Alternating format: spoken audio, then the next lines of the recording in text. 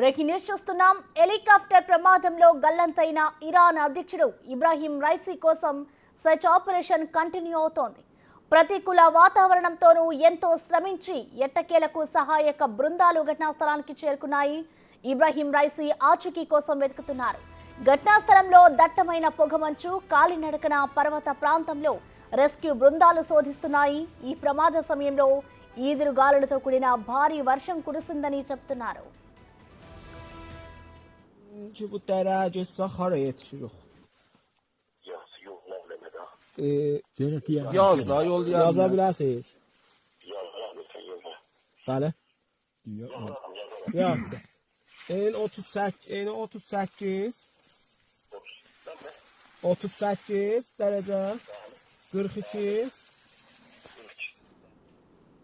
Azerbaijan దేశానికి సరిహద్దుల్లో నిర్మించిన ప్రాజెక్టును ప్రారంభించి వస్తుండగా ఈ ప్రమాదం జరిగిందని అక్కడి అధికారులు చెబుతున్నారు. తూర్పు అజర్బైజాన్ ప్రావిన్స్లోని జోల్ఫా సమీపంలో ఈ ప్రమాదం జరిగింది. అధ్యక్షుడి కాన్వాయ్లో ఉన్న మరో 2 హెలికాప్టర్లు క్షేమంగా ల్యాండ్ అయ్యాయి. అయితే ఇరాన్ అధ్యక్షుడు ప్రయాణిస్తున్న హెలికాప్టర్ కుప్పకూలంపై పలు అనుమానాలను సైతం వ్యక్తమవుతున్నాయి.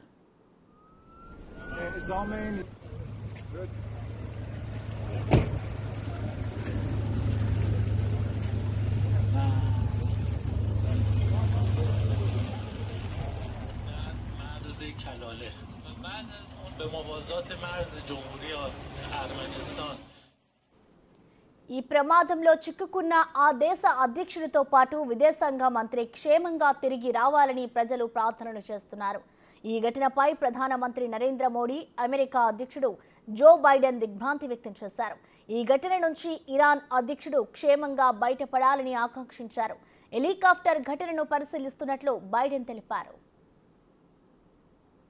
شرایط جوی در محورهای مواصلاتی به سمت استان آذربایجان شرقی هم بارانی است، اما با وجود بارندگی همچنان نیروهای امدادی که در محور هستند با سرعت به سمت منطقه اعزام میشن تا به سایر تیم‌های ఇరాన్ అధ్యక్షుడు ఇబ్రాహీం రైసీని ఇస్లామిక్ హార్డ్ లైనర్ గా చెప్తున్నారు.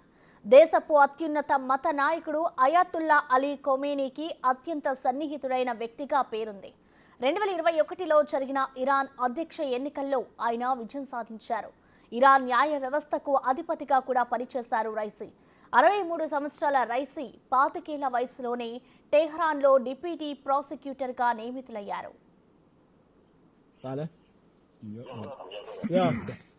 En 38 dərəcə 42 ఇబ్రాహీం రైసీ 2021లో ఇరాన్ అధ్యక్షుడిగా ఎన్నికయ్యారు. దీంతో అమెరికా ఆంక్షలను ఎదుర్కొన్న తొలి ఇరాన్ అధ్యక్షుడిగా రైసీ రికార్డు సృష్టించారు. అంతకుముందు వరకు దేశ న్యాయ వ్యవస్థ అధిపతిగా పనిచేశారు రైసీ. ఆయన మహమ్మద్ ప్రవక్త ప్రత్యక్ష వారసత్వం గల కుటుంబానికి చెందిన వ్యక్తి. ఇందుకు గుర్తుగా ఆయన నల్లని తలాపాగా ధరిస్తుంటారు. آذربایجان شروع میشه در مرز کلاله و بعد از اون به موازات مرز جمهوری ارمنستان. అధికారం చేపట్టినప్పటి నుంచి ఆయన ఇస్లామిక్ నైతిక చట్టాలను దేశంలో కఠినంగా అమలు చేశారు.